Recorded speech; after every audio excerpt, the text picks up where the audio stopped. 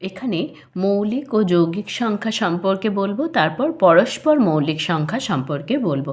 মৌলিক সংখ্যার ক্ষেত্রে দেখো, যদি 5 একটা সংখ্যা, একে দেখো 1 দিয়ে ভাগ করা যায়, 5 আর দেখো 5 দিয়ে ভাগ করা যায় 5কে, 5 1 5, আর অন্য কোনো সংখ্যা দিয়ে ভাগ করা যাচ্ছে না। তাহলে 5 এমন একটা সংখ্যা যাকে দুটো সংখ্যা দিয়ে ভাগ করা যায়, একটা হলো 1 আর একটা হলো সেই সংখ্যাটা নিজেই।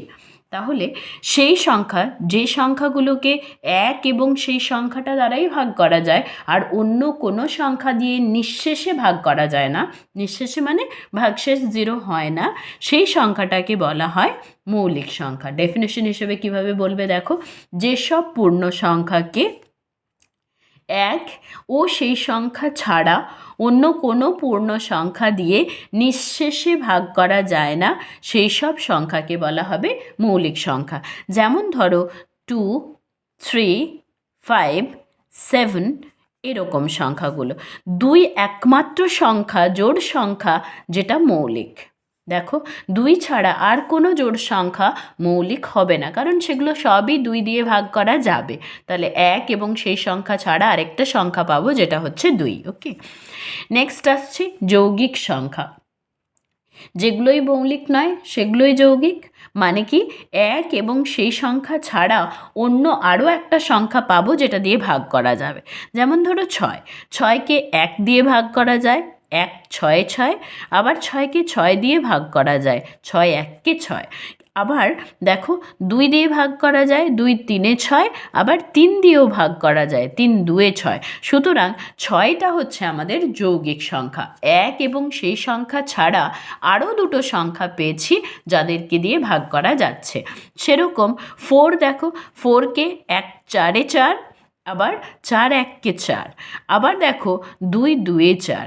তাহলে এখানে 1 এবং সেই সংখ্যা ছাড়া আরও একটা সংখ্যা দিয়ে ভাগ করতে পারছি, সুতরাং এটা কম্পোজিট নাম্বার বা যৌগিক সংখ্যা। তাহলে আমরা ডেফিনেশন কি বলবো, যেসব পূর্ণ সংখ্যা মৌলিক নয় তারাই হচ্ছে যৌগিক, বা যেসব পূর্ণ সংখ্যাকে 1 এবং সেই সংখ্যা ছাড়া অন্য অন্য কমপক্ষে একটি পূর্ণ সংখ্যা দিয়ে নিঃশেষে ভাগ করা যাবে, সেই সব সংখ্যাকে বলা হবে যৌগিক সংখ্যা। ওকে, তাহলে এখানে আরেকটা জিনিস লক্ষ্য করো, 1 সংখ্যাটা কি হবে? 1 সংখ্যাকে 1 দিয়েই শুধুমাত্র ভাগ করা যায়।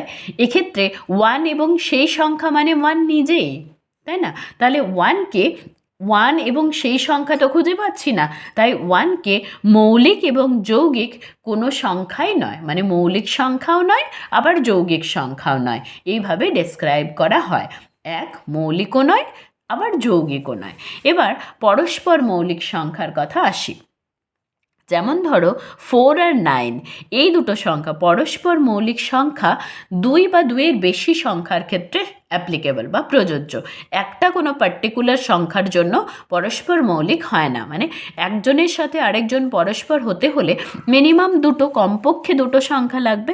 তাহলে এই যে দুটো সংখ্যা, দেখো দুটো সংখ্যাকে পরস্পর মৌলিক সংখ্যা বলবো যদি এদের গসাগু, মানে এরা এক ছাড়া অন্য কোনো সংখ্যা দিয়ে দুজনেই ভাগ করা না যায়।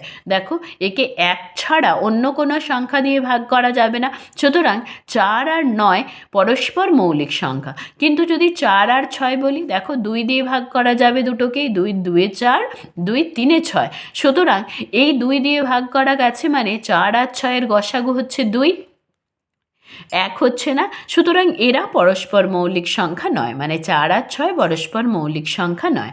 তাহলে পরস্পর মৌলিক সংখ্যা কীরকম না, যাদের দুটি সংখ্যার গসাগু 1 হলে সংখ্যা দুটিকে পরস্পর মৌলিক বলা হবে। সেরকম যদি 3টি সংখ্যা থাকে তাহলেও দেখো এখানেও, এটা ধরো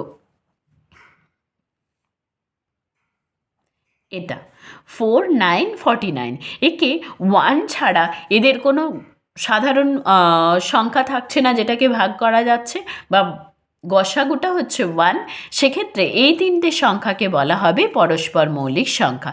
এটাও যেটা নিয়েছিলাম 4 9 15, এটাও কিন্তু 1 ছাড়া সবকটা সংখ্যাকে ভাগ করা যাবে এরকম কোনো উৎপাদক পাচ্ছি না, সুতরাং এই 3টে সংখ্যাও পরস্পর মৌলিক সংখ্যা। সাধারণত এইভাবে ডেফিনেশন দেওয়া হয়, দুটি সংখ্যার গসাগু 1 হলে সংখ্যা দুটিকে পরস্পরের মৌলিক সংখ্যা বলা হয়।